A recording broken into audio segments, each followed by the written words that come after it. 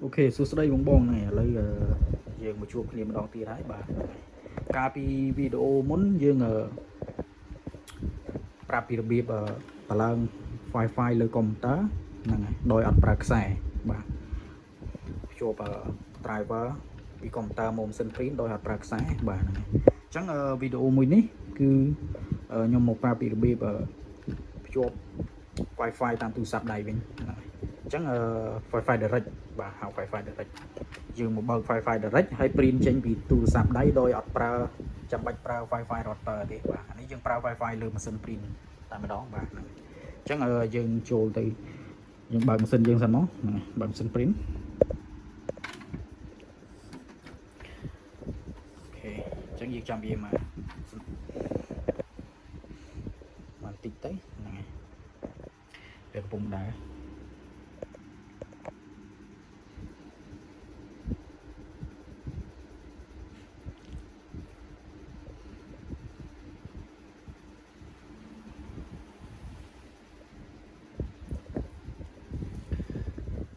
Epson L325 បាទ Epson L310 គឺអត់មាន Wi-Fi ទេ Epson L325 គេមាន Wi-Fi អញ្ចឹងបន្ទាប់ពីយើងភ្ជាប់អានេះគឺ Wi-Fi router Wi-Fi ណា Wi-Fi របស់យើងបាទអានេះ Wi-Fi ម៉ាស៊ីន print ហ្នឹងអញ្ចឹងយើងបើក Wi-Fi ម៉ាស៊ីន print អានេះ Wi-Fi router ហ្នឹងយើងបើកហើយវាភ្ជាប់ហើយបាទអញ្ចឹងម៉ាស៊ីនមាន Wi-Fi router ដែរហ្នឹងអញ្ចឹងយើងចង់បើក Wi-Fi ម៉ាស៊ីន print ខ្លួនវាមួយទៀតបាទអញ្ចឹងយើងចុចអាពីរនេះជាប់មកចុចវាតំណាគ្នាបាទចុចវាតំណាគ្នា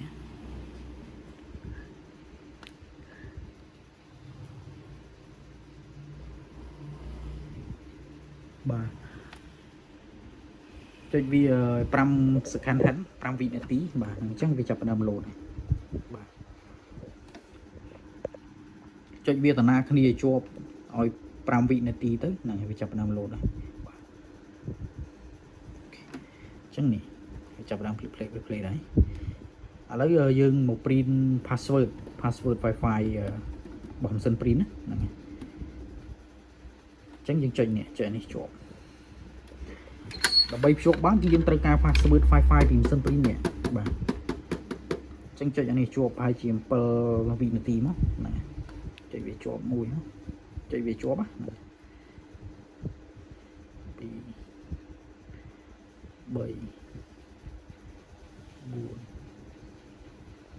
5 អញ្ចឹងយើងបលេងទៅអាភ្លើងនេះលោត5ដងក៏បានដែរភ្លើង power ភ្លើងបេតុង power វាលោត5ដងទៅយើងបលេងដៃទៅក៏បានដែរហ្នឹងអញ្ចឹងវាចាប់ផ្ដើម print password Wi-Fi មកហើយ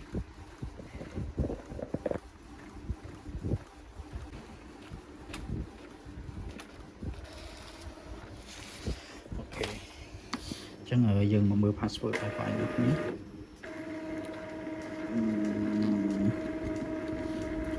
ណាចេះនេះឃើញទេអូខេpassword Wi-Fi នេះបាទនេះ password ហ្នឹងអញ្ចឹងនេះ password របស់វាបាទពេលដែលយើងចូលទៅក្នុងទូរស័ព្ទដៃវា password នេះបញ្ចូលហ្នឹងហើយអញ្ចឹងឥឡូវយើងចូលទៅកាន់ក្នុងទូរស័ព្ទដៃមកនេះឥឡូវយើង print password ម៉ាស៊ីន print Wi-Fi បានហើយហ្នឹងហើយអញ្ចឹងយើងចូលទៅលើទូរស័ព្ទដៃហ្នឹងហើយអូខេឥឡូវយើងមកចូលកាន់ទូរស័ព្ទដៃបាទហ្នឹងហើយអញ្ចឹងយើង connect Wi-Fi សិនបាទអូខេអញ្ចឹង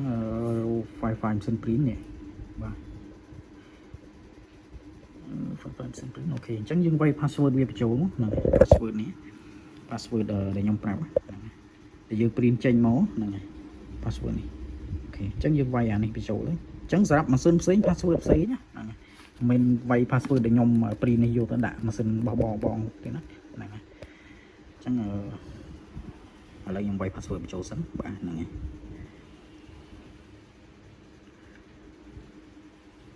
84 27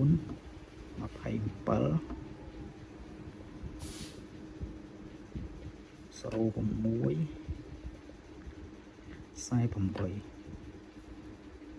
ូខេចឹងយើង connect វាទៅហ្នឹងហើយចឹងវាជាប់ហើយបាទ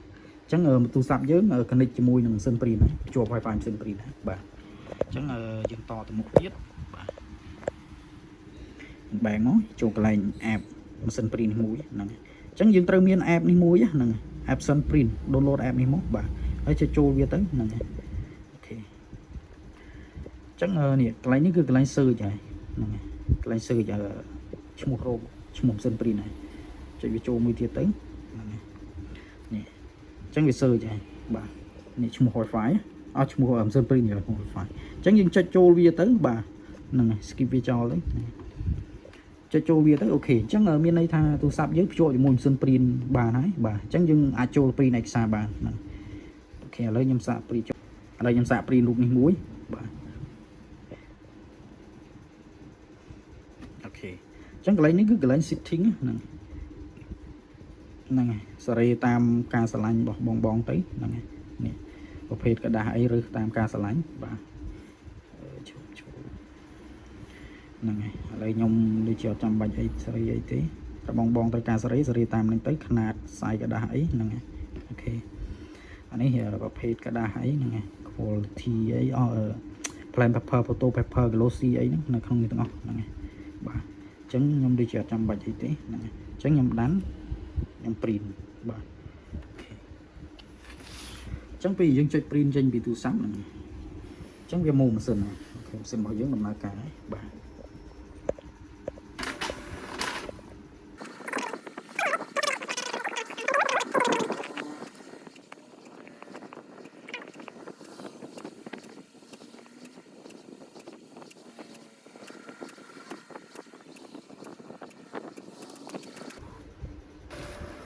អូខេអញ្ចឹងឥឡូវយើង print ចេញមកបានហើយបាទអូខេបាទអញ្ចឹងរបៀប print ចេញពីទូរស័ព្ទដៃដោយប្រើ Wi-Fi direct គឺមានតែប៉ុណ្្នឹងទេបាទអូខេអញ្ចឹងអរគុណច្រើនបងដែលចូលទស្សនាវីដេអូរបស់ខ្ញុំបាទហ្នឹងហើយតាំងពីហើយរហូតដល់ចប់ឬក៏គ្រប់វីដេអូដែលខ្ញុំបានផុសហ្នឹងអូខេវាជាចំណេះដឹងតិចតួចបាទហ្នឹងអូខេអញ្ចឹងអរគុណច្រើនបងប្អូនបាយបាយ